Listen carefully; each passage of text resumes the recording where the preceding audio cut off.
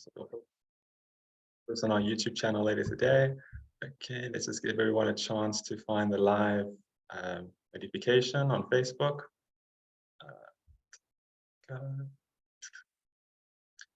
Okay, well, hello everybody, and welcome back to a new Reader's Warehouse Recommends. I'm Thomas from Reader's Warehouse.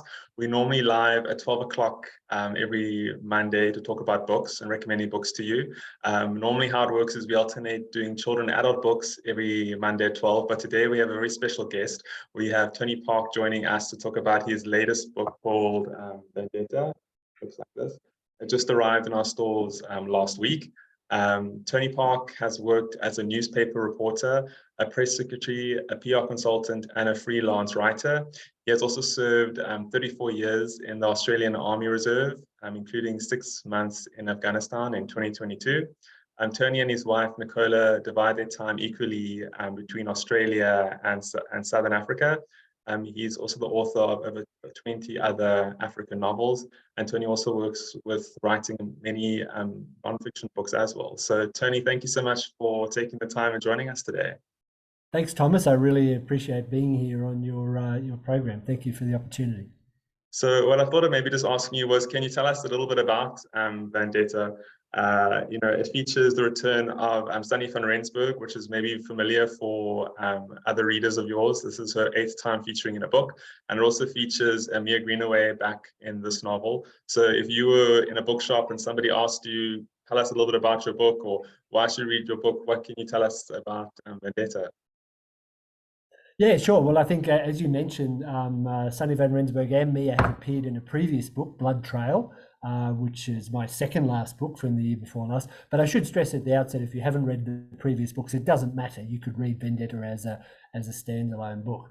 So like the previous 20 books, it touches on a couple of environmental issues that are close to my heart. All of my novels do focus in some respect on that. And the book actually opens on the coast south of Durban and deals with the issue of shark finning, which is a problem globally with the decimation of sharks. But it very quickly moves towards the main element. What it is, it's a story about a group of ex-service people, South Africans who had fought in the border war in the 1980s, who have not only a shared history but a shared secret, and they come together in the Kalahari Desert up near the Kalahari Transfrontier Park when they learn that one of their comrades, a sand tracker who was working at a safari lodge, has reportedly taken his own life, and they come together for his funeral. And it brings up some old wounds, brings up some old controversies, and weaved into this is an investigation of the tracker's death, and that's headed by Captain Sannie van Rensburg, who's actually supposed to be enjoying a safari holiday with her friend Mia, who's a guide at this luxury private lodge. So there's a bit of element of mystery, there's an element of intrigue, and under that are some environmental issues and also some issues about veterans of conflicts. As you mentioned, I've been in the army and served in Afghanistan, and I'm acutely aware of some of the issues that people go through as a result of their service. And so we touch on some of those more serious issues as well. At the end of the day, it's a thriller and adventure. Perfect, wonderful. And then I also wanted to go way back and just talk about your childhood. You were a big reader growing up, and a big influence, you said, is your mom, Kathy. And I wanted to ask you, can you remember any specific books or series that you really enjoyed that kept you wanting to read books when you were younger? And what sparked your love for reading? Because you said you read, like, when you were very young, you read like books. I mean, you said your mom was a big reader as well, so you grew up with her reading books all the time. Yeah, my wife and I don't have kids, but I'm firmly of the belief that the best gift a parent or a grandparent can give to a child is an introduction to reading and a love of books, because it broadens your horizon and you learn so much, and it sort of complements and supplements everything you do at school. I think the first book she ever read to me was Miffy in the Snow by Dick Bruner, which I see still pops up in bookstores every now and then. But she knew that as a young boy I was interested in aeroplanes and maybe military stuff, so I started reading the Biggles books, which are probably terribly not politically correct these days, but they were good cracking adventure yarns back in their day. And I think the trick with kids is to find something that they're interested in as well, and find books that they want to read. But because she was an avid reader and still is, and she has her own book review blog called Reading High Reviews, and she kind of gets a kick out of reviewing books these days.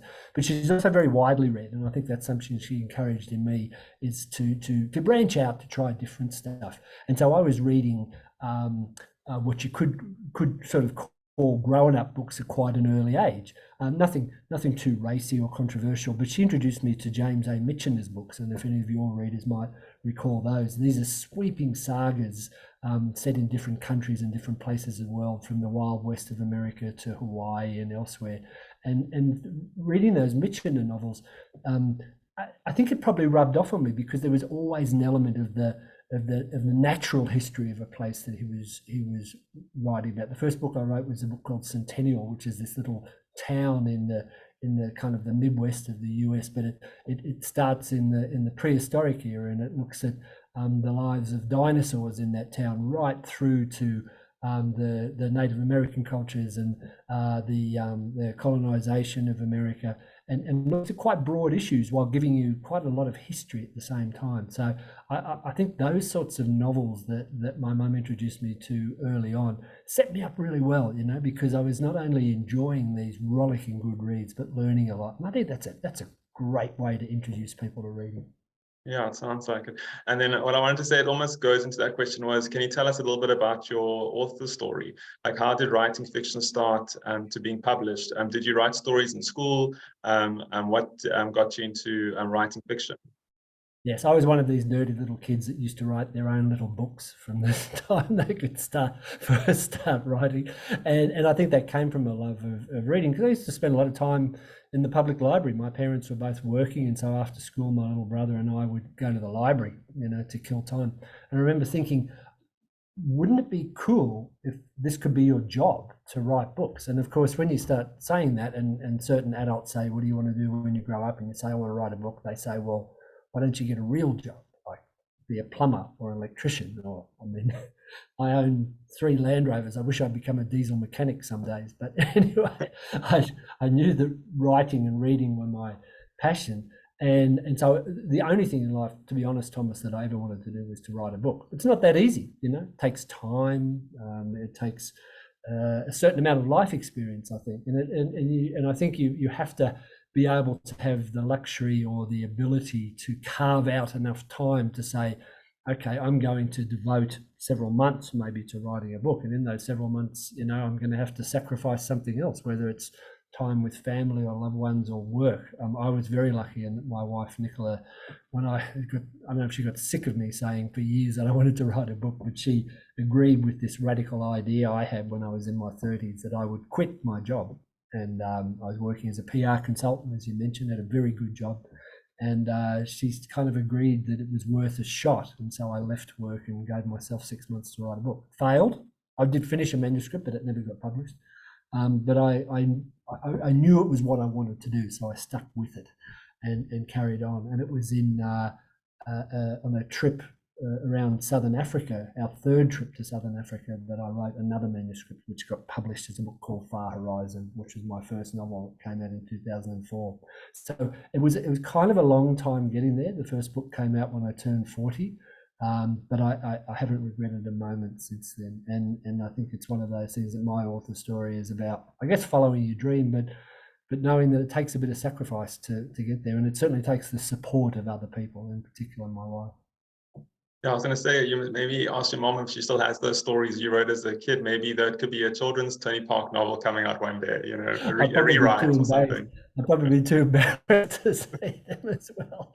But I've always said that if I get down on my luck, that first unpublished novel of mine might get resurrected, but it would need a severe edit and a severe rewrite, because I learned a lot through that process. And part of my author story was learning by trial and error. I never had any never did any formal study or any creative writing classes or anything. So I kind of just launched into it, but I learned a lot, I think. I certainly learned a lot by failing as well. And since then, when I was lucky enough to get published by Pan Macmillan, who still publishes me today in Australia and South Africa here, I've learned an awful lot from a lot of very good people, very talented editors and publishers over the years who've guided me along the way. And I now do some mentoring these days for other writers. Okay, fantastic. All right, so then to go back to the novel, in Vendetta, you write vivid scenes of like there's a shark attack, there's a mall robbery, being on a wildlife safari drive, a parabot mission. And so I was going to ask you, what draws you to write about like the African landscape and the wildlife? Like for me, when I was reading the book, it made me feel like I was on a game drive with Mia and her guests. So is that from you going on multiple game drives? Is it from reading books set in the same like locations? What got you into reading like the specific, writing this type of style? Yeah, I guess my wife and I got hooked on our first trip to Southern Africa. We came as tourists in 1995 on a safari holiday. And I don't know what it was exactly that hooked us, if it was the landscape or the wildlife, certainly the people that we met, because one thing I learned very quickly, just chatting to people around a braai or meeting people in the Kruger Park, fellow campers, is that in Southern Africa, not only are we blessed with amazing landscapes and wildlife, but everybody has a story. It's incredible, some of the ups and downs and the conflicts and sometimes tragedies that people have been through, or the adventures, the adventurous lives they've lived, perhaps in contrast to other parts of the world. And so I think as someone who is aspiring to be a writer, it's all here. It's all there in front of you. And to a certain extent, I hate to say it, I wouldn't say it's easy writing a book. I mean, I love it. It's my job, but it's my passion. If you're stuck for something to write here, you turn on the radio, you listen to the news, or you pick up a newspaper, or you do what I do. Nicola and I live on the edge of the Kruger Park. We get in our car and go for a drive, and sure, maybe you don't see a lot, but then you see something that's like almost this life-changing, heart-stopping experience. It's all there writ large in front of you. And I've always said, I mean, I shouldn't say this, but it's almost impossible to get writer's block in writing books set in Africa, because I do sometimes, it's a little bit harder on some days than others. But I think if I want to empty my head, or if I want to get some inspiration, it's there on my doorstep. And so I'm writing about things that are familiar to me, but I think also they're things that probably touch a chord in many people. And certainly I think internationally, in Australia and UK and US, a large proportion of my readers are either perhaps people who have lived on the continent and moved for whatever reasons, and as valid as those reasons will be, I've never met any Southern African expat living abroad who doesn't say, oh, but I miss the bush, I miss the wildlife and I miss the open spaces. And so you touch on that, and I think it's something that many of us can relate to and many of us share. And of course, if you're in the business of writing thrillers, as I am, there's plenty happening. Last year I did another book for Pan Macmillan called Rhino War with Major General Johan Jooste, which is still in shops now, and that's a true story of the ongoing fight to protect the rhino in the Kruger Park in my backyard.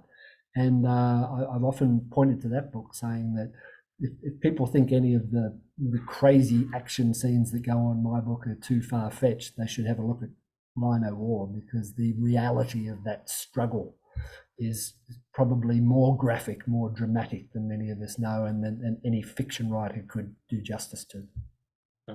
And then to talk about the way you write your books, in Vendetta, like some of your other books, you have a blend of action and adventure with an historical element.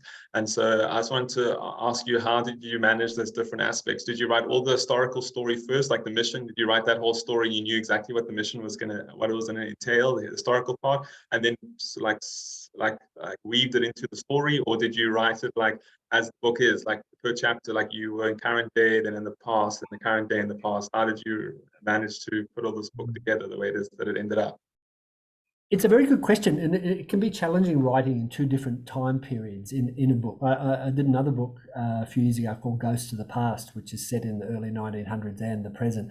And that book I wrote a lot of the past story first, because it was going to be a different book. It was going to be a book just set in the past, but I turned it into one set in the past and the present. But no, in Vendetta, I was writing like I usually do. I don't have a plot in this one. That's how I've written all of my books.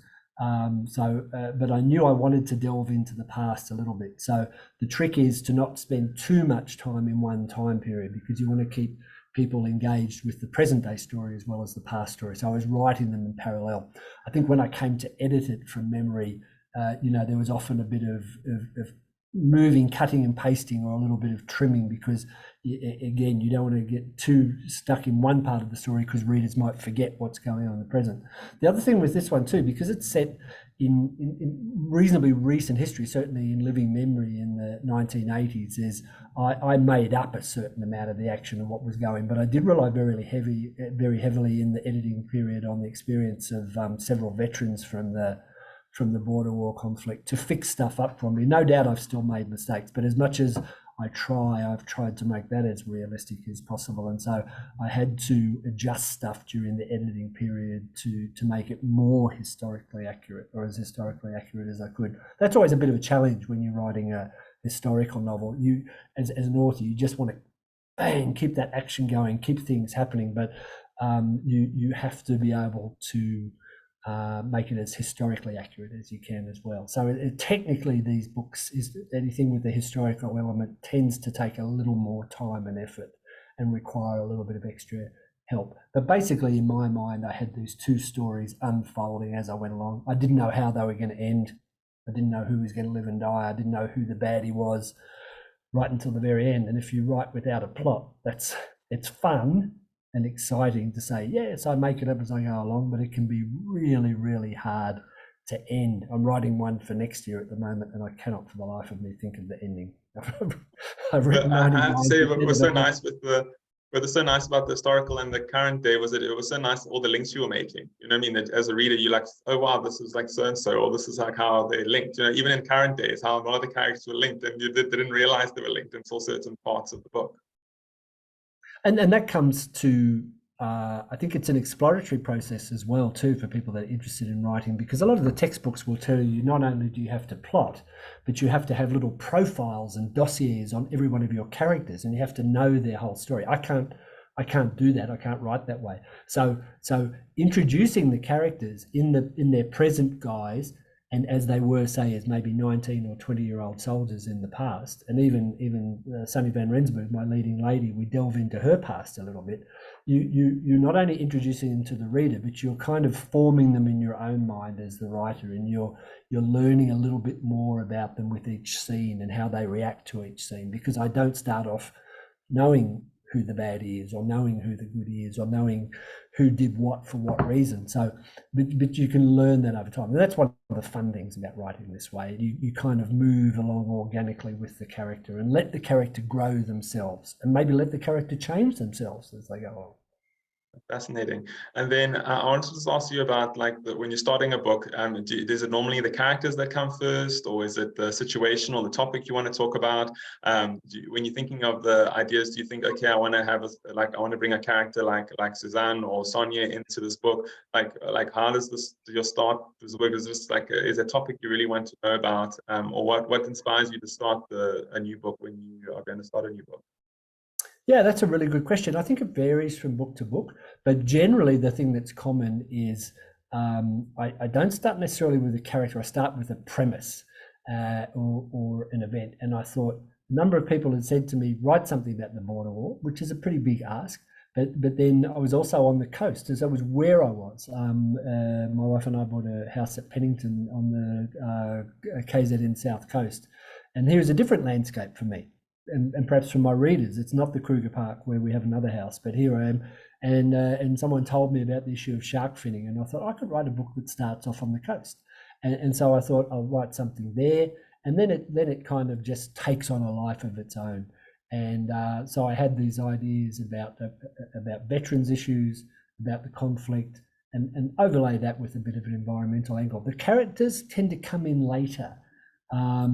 It wasn't necessarily going to be a Sannie van Rensburg book, but she appeared, and if you need a detective, I've got a detective, she's there. I have another recurring character called Sonia Kurtz, who's a former mercenary, a female mercenary, and in the last book, The Pride, she was not going to be in that book, but she forced her way in there. In the early scene, there was a conflict and some action on a beach, and she seemed like the right person at the right time. So no, I don't. It's not character driven usually.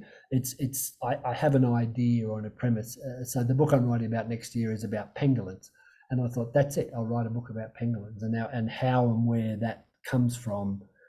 Then grows as I start to do a little bit of research or perhaps meet people and talk to people. So it's just an idea, an idea. And that's fun because I don't try and overthink it either. I just let it roll once I start working. And if a former character wants to make a reappearance, they just tend to jump in there. Yeah, that's great. And then your books tackle complex social and environmental issues in Africa. And Vendetta talks about, like you said, shark finning. It talks about the parabots. It talks about the sand people. How did you do the research to ensure the accuracy and that you had enough information to write your book? Yeah, I think a lot of it was organic. I was writing Rhino War, and Major General Euster, retired Major General Johan Euster, who was heading up the anti-rhino poaching during the war. One of his roles was as the commanding officer of one of the sand battalions, and I was just chatting to him and learning about the issues of those. These people who'd been marginalised. A lot of the sand that fought with the South African Defence Force had come from Angola, so they'd been kind of kicked out of their country and co-opted or volunteered into the South African Defence Force and served that cause, and then found themselves adrift after the war. And with the advent of independence in South Africa and majority rule, here was this group of Indigenous people from another country who found themselves in South Africa, homeless and stateless almost. And so I learned a little bit about their plight through General Euster. And so that research was all happening organically and kind of bubbling away in my mind. And I know a former parabat who has helped me with a number of my books in the past with the research, and just chatting to him about some of his life experiences. These things kind of bubble away in the back of your mind and give you a bit of a basis for that, and a little bit of background. And I've always said, for anyone who's interested in writing, the best way to research is not to Google stuff.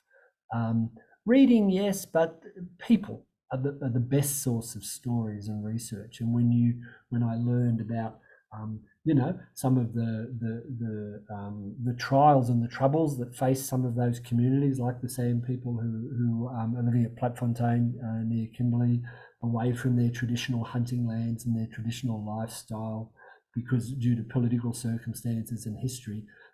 It's quite touching, and moving, and then you think, then I almost want to shine a bit of a light on that.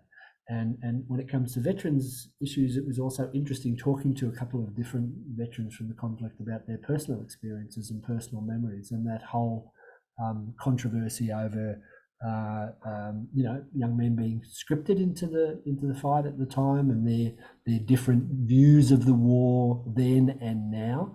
And these things all just kind of form the basis for characters. And so it's almost like a organic research, very much as you say, like going for a game drive in the Kruger Park. If I want some animal scenes, they tend to pop up. Most of the wildlife encounters in my books are things that have happened to me or people that I know. I had a lovely story just in Zimbabwe, and I was talking to an attendant at a campsite in Wangi National Park, and he told me about how he was going back to his accommodation in the evening. He was confronted by a pride of lions, and he stood up big and tall and told them to run away. And when they ignored him, he threw his mobile phone at the lead lion and cracked the screen. He was very unfazed about his encounter with the lions, but he showed me his cell phone and said, "Look, I've cracked the screen. It's all because of those damn lions." Now that is 110% going in a book. Yeah. In the future. Yeah. That actually leads me to another people question. in Australia probably won't believe it, but it's a true story. that almost leads me into my next question, because there's a scenario that happens to Adam Kruger, one of your main characters in the new book, with a shark at sea. And I wanted to know, did that happen to someone in real life? Was that a real life Yeah. story? Because what happens in there, it was just like so like thrilling, and you were like waiting to see what was going to happen. And so I wanted to know, how did you think of that scenario? It did actually. I don't know. I think it was an Australian surfer who was off the coast of South Africa, maybe Kelly Slater or something like that, who punched a shark at one stage when the shark came up to. And I was dealing with a. I've got a friend, Dave, who's actually a marine biologist in Australia. He's one of my readers, and he helped me a lot with the shark scenes in Vendetta, because it does look at the serious issue of shark finning, which I must say, South Africa, we can be very critical a lot of the times of governments and countries, our own country's efforts in conservation. But South Africa is one of the first countries in the world to ban the practice of shark finning, which is basically an unconscionable process where some fishermen will catch a shark in their net or whatever, which is not worth very much, and while it's still alive, they'll cut the fin off and keep the fin and throw the shark back into the water to drown. It's an abhorrent process which South Africa has taken a lead in banning, but it still goes on in neighbouring countries, in Mozambique in particular. And so Dave, the marine biologist, I said to him, well, look, he's encountered a few sharks, and I said, what about this business if you're about to be attacked with a shark? If you punch it on the nose, he says, yeah, no, that would probably work, because their noses are incredibly sensitive. It's how they draw in a lot of information from their surroundings. And they have a network of veins and capillaries and things in there. So if you punch one on the nose, he's not going to like it. So that's where that scene comes from. Excellent. You know what to do if you encounter a shark. You know what to do. So, yeah. What I want to ask you was, in Vendetta, the guests get to experience seeing a black maned lion at the Dune Lodge, and that's a very special like highlight for them. When you go on game drives, are there any animals which are always highlights for you to see, or is there any wildlife animals you particularly enjoy including in your novels and writing about? I love leopards, because they're hard to find, and when you do catch one, they always seem to have this guilty look on their face, like they're up to something, and they're kind of planning or scheming something. And my wife and I were just in the Kalahari and saw a lovely sighting of leopard and cheetah. I'm also very passionate about painted dogs, the African wild dog. I'm actually the patron of a charity called Painted Dog Conservation Incorporated in Australia, which does a lot of work supporting in situ conservation programs for wild dog in Southern Africa, in particular in South Africa and Zimbabwe. And I love seeing wild dog. And again, I would sort of point to them, while they're certainly still endangered and in trouble, in the 25 odd years that my wife and I have been visiting Southern Africa, their numbers have more than doubled, thanks to a lot of good conservation work that's going on. And I like to celebrate those little successes where I can as well too, like South Africa's stand on shark finning, like the ongoing fight to protect the rhinos, and certainly the war is not won, if you want to put it in those terms, but there are plenty of good people doing a lot of good work behind the scenes. And like I said before, while it's it can also almost be a natural tendency for us wherever we live to be quite critical of what's going on and what we see as failings. Having just travelled around quite a large part of Southern Africa, I've come back reminded of the fact that, to my mind at least, there are no better run or better value for money national parks than the South African national parks, and I would include the KZN parks in those, because while there may be some issues and maybe things sometimes get a little bit run down, you've got to travel outside of South Africa to realise what a good job this country does with conservation.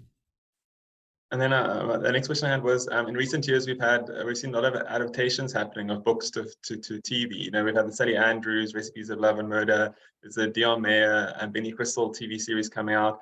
Is there any work at the moment to see one of your books being adapted into a limited TV series? I can't say too much. I live in hope, and hopefully there might be some news. That's about the best I can say. One thing I will say is this is a really exciting time for authors in general, and I think authors perhaps particularly writing about Southern Africa, because this country has had some wonderful successes in the film in television industries. There's a company in Cape Town called Gambit Films who made the series Unseen on Netflix, which has been a worldwide hit. And I think there's probably never been a better time to be an author, particularly in Southern Africa, because the world is hungry for content, for streaming services. Hopefully the actors' strike and the screenwriters' strike can sort itself out, because I think people should be rewarded and compensated for what they do. But put it this way, when I first started writing a novel set in Africa, a friend of mine who was in the know, who fancied himself as an expert on the film industry, and he is something of an expert, said, oh, it's very tough to make movies in Africa. But now so much content is filmed in South Africa in particular. And it's great to see people like Sally and Dion doing so well, because it's very richly deserved. And I think the world is finally waking up to the fact that there are some amazing stories coming out of this part of the world and this continent. So it is an exciting time, and I'm hopeful. I'm very hopeful. That'll be great. Yeah. And then my next question was, in Vendetta, Suzanne gets to see Adam's bookshelves, when she visits his place. And I want to know, if we had to see your bookshelves, are there any books that you've read recently that you could tell people that you would highly recommend that they got to read as well or look out for? You can tell a lot by a person's bookshelves, can't you, as well, too. I like local stuff. I think this country has such a wealth of great writers. I'm a huge fan of Dion Meyer and Margie Orford and people like that. I've just read Songezo Zibi's book Manifesto, so I'm interested in nonfiction and current affairs. I would recommend that to absolutely anyone and everyone in this country who is looking forward to a prosperous future for this country. Manifesto is a great book, which I just finished recently. I've just discovered a British author by the name of Mark Mills, and I've read all of his backlist on my last little break, which was over Christmas, who's a crime writer as well too. So yeah, I like a bit of nonfiction, a lot of fiction. I like reading the sort of books that I write. I like thrillers. I have an Australian friend, Peter Watt, who writes rollicking outback stories. I've been reading that. And I like people like Ken Follett and Nelson DeMille. I tend to like books that have a strong female lead, like Ken Follett books do. And I don't set out to write books with female leads, but Sannie van Rensburg and Mia Greenaway and Sonia Kurtz do tend to feature in my books. Some of my readers want more guys, but I think a lot of them like the strong female characters as well too. You can never please everybody. Everyone. I don't set out to write, as I said before, a book that's going to have a female lead. It just happens. There's not much I can do about it, I'm afraid to say. But yeah, so yeah, a bit of everything. I think, like everybody, I wish I had time to read more. And I think, like everybody, I think like many people I know, I need to make more time to read more. Okay, wonderful. There's been a lot of comments coming through, a lot of people saying how much they love your books from all over the world. So thank you so much for everybody. The one question we had here was from Kyra Joe, was asking, hi Tony, are you coming to the Perth Pain a Dog event in Perth? That was from Sandy. I don't know if you know if you're going to be in Perth for that. I wish, but I'm spending more time in South Africa now. So I think I'm here for quite a few more months before I get back to Australia. As you said, we did spend our time more or less evenly between Australia and South Africa, but since COVID we've been spending more time in South Africa, and part of that's due to the cost of airfares, but also my wife and I are feeling really at home in South Africa these days as well. We will be going back to Australia. Sandy, I'll come and see you again for sure. She's a great reader and a great supporter of my work, and I like to take a chance to thank all of my supporters and my readers, and since I'm in South Africa in particular, where it's becoming a better and better market for me with every book. And as someone who's from Australia originally, I really appreciate being made to feel welcome here, not only by our neighbours, but by the people who read my books and take the time to comment or send me messages.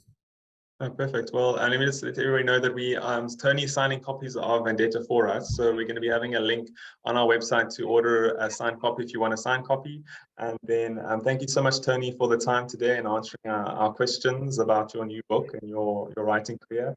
From my side, I was telling Tony, this is a great Tony Park novel to start. If you've never read Tony Park's before, this is a really fantastic novel to start with. It's fast-paced, it's got cliffhangers and endings. I was telling him, and makes you want to read the next chapter. It has adventure, it has thrills, it has a bit of romance. And it also gives you this experience of visiting a game reserve, you know, and seeing the different like sides of a game reserve from different aspects, from people who work there and the people visiting. So really great. It is available now, and thank you so much, Tony. We're looking forward to all your next books as well. Thank you, Thomas. Thanks to everyone at Reader's Warehouse and my publishers here at Pan Macmillan. You're right, I have got a sore arm. I've been signing a couple of 100 books this morning, so there will be those signed copies available. And thank you for your support. I really appreciate it. Wonderful. Thanks so much. Thanks, everyone. Keep well. Cheers, Tony. Thank you. Bye. Perfect. We're done.